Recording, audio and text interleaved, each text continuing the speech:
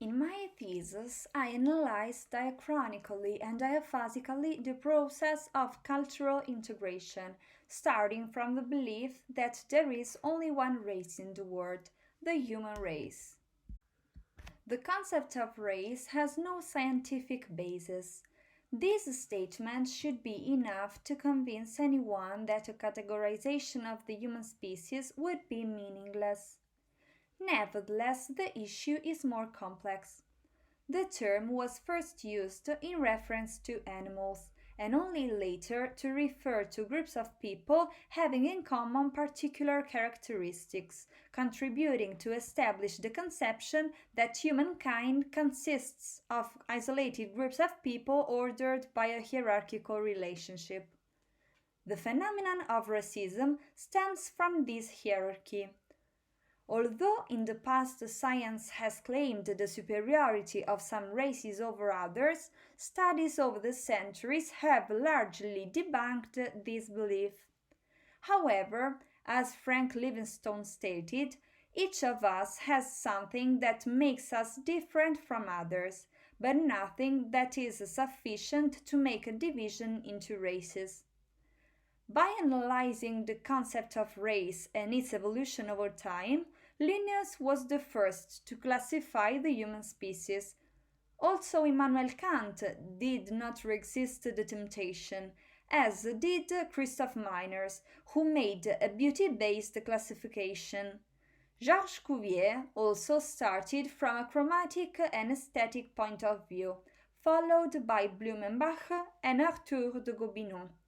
All these classification systems were defined on the basis of stereotypes. The existence of a single human race implies the non-existence of racist beliefs. However, according to Noam Chomsky, racism is one of the most widespread phenomena in the world.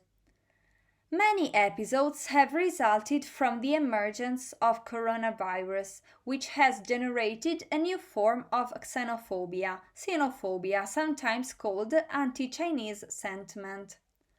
Although episodes of racism continue to occur, no one should give in to prejudice.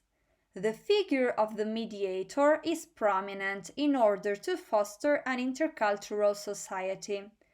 Interculture is not a synonym for multiculturalism. The latter defines a reality in which groups of people from different cultures are present. In an intercultural society, on the other hand, different cultures not only coexist, but also contaminate each other through a process of cultural and biological crossbreeding. The school must represent this process.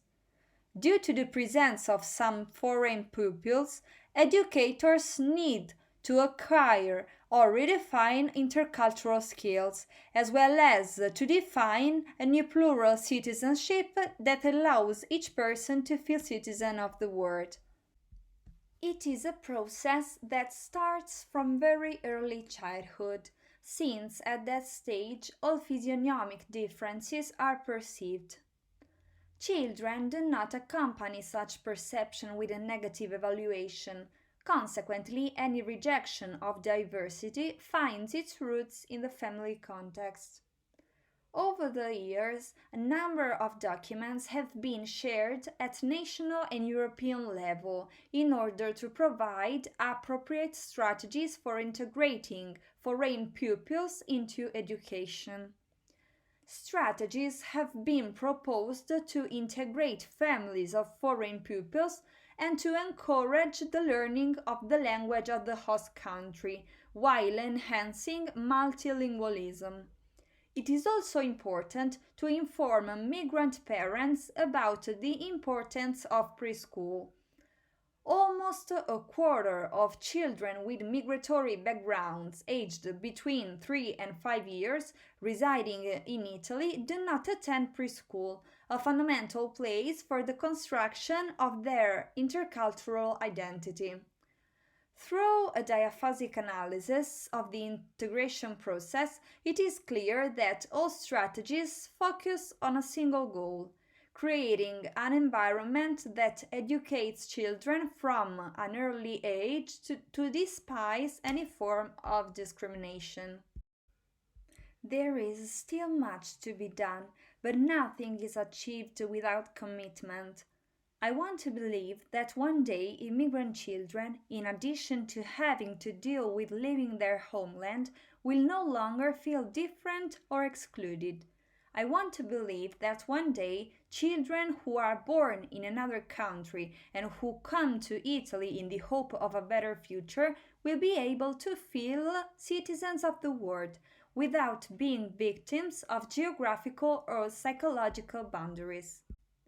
After all, if we all belong to one and same race, the human race, there is no reason to be racist.